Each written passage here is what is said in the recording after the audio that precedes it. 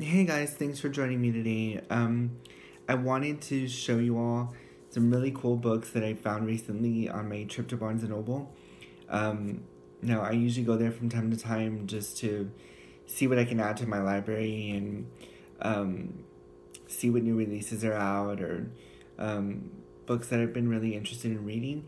And I came across these two that really stuck out and that I really felt could be useful um, for my work, for my ritual work, and I hope that um, in this video it will provide you with enough information about these two books that will help you all in your ritual work as well. And these two books are Moon Spells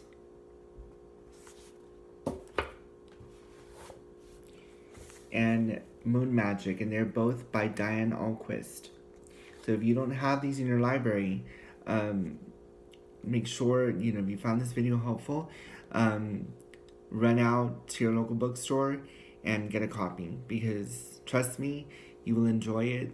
These two books go into detail about the different rituals to do, how to go about setting up your altar, your space, cleansing, that type of thing.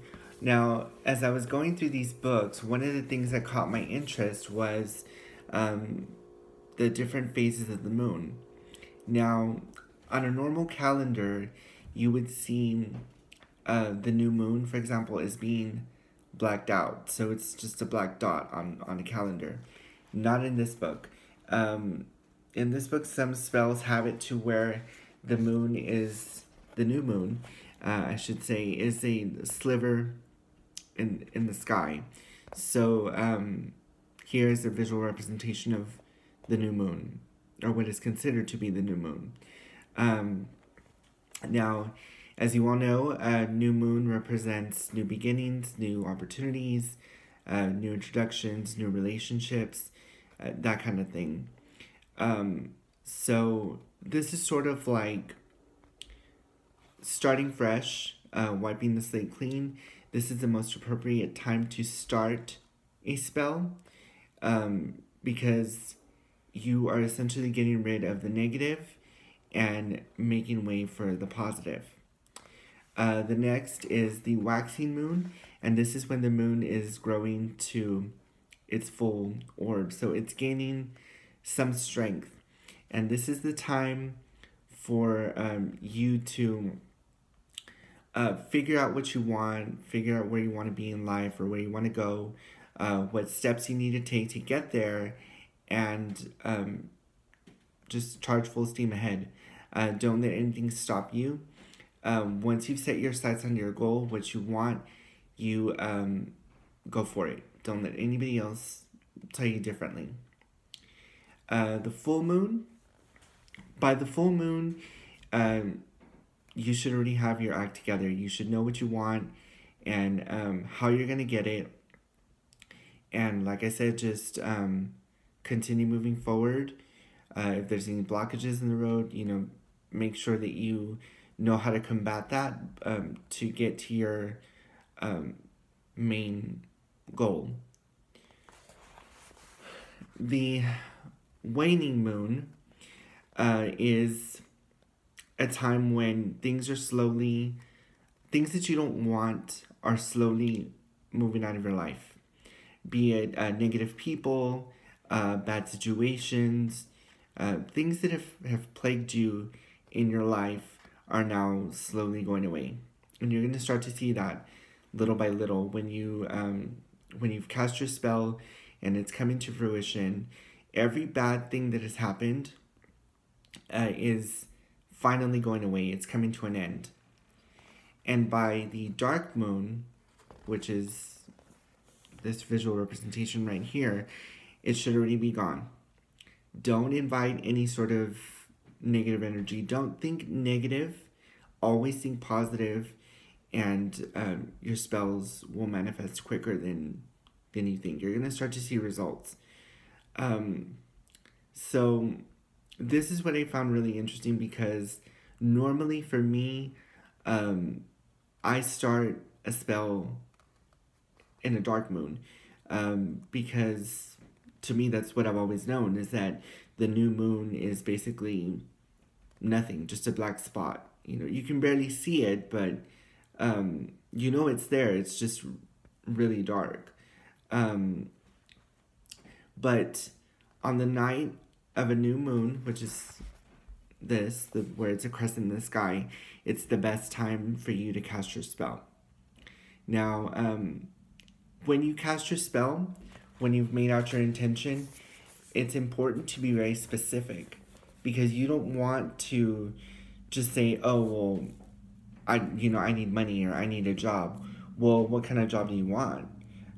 Because you could get a job, but it's not the job that you want. Or you start working there, only just because you need money, and then later on you find out that it's not really what you wanted, so you end up quitting and you're back at square one. That's why it's important to always be specific in your ritual work. Say, I want this kind of job. I want to make this much money. I want to work in a friendly environment. I want for my ideas to be heard, for there to be good communication within the workplace, within my boss, the employees, that type of thing. Don't just be broad, or be just short and sweet, and then expect for you to get the job that you want, because it's not going to happen like that. For me, when I first started doing this, I would just write out my petitions on paper, which I still do, and I would put on there, I want this job, I want to make this much money, I want to work with these people, I want for my ideas and my visions to come true, and that type of thing. So for me, being specific was the key to getting what I really wanted. So I really hope that you take this into consideration when you do your spell work. Know that you have to prepare your space, how to cleanse your space, how to cleanse yourself before you start any ritual, which direction to face, what materials you need, that kind of thing. So this book, Moon Spells, is very, very helpful. I really recommend it. So if you ever want something to read, or just want a little something to add to your library, pick this book up. The next book I have, by the same author, by Diane Ahlquist, is Moon Magic. This is pretty much like a how-to, or how to cleanse your space, how to find your third eye, materials, different rituals that you can do. One of the things that I found interesting is that at the very end they have little recipes. This one, I don't know if you can see it, is for a moon teenie. I know my husband went through it, and he really wants to make it. So, and these have really cool recipes, and that have the word moon in them. So as you can see, this one is a Muna Colada. I don't know if you can see that. This one is Lunar Punch.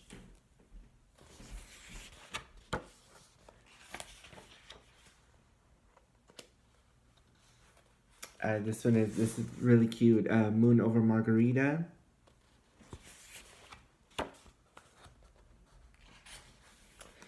So yeah, this is just basically how to set up your altar, and even using the signs in your work, the zodiac signs. So these two books I highly recommend for anyone looking to, or who does work with the moon, or with the moon phases. These two books are definitely on my reading list, and I hope that they're on yours as well. I really hope that you found this video helpful. And as always, I enjoy spending time with you guys. I enjoy making videos for you. And I will see you on the next video. I love you guys. Blessed be.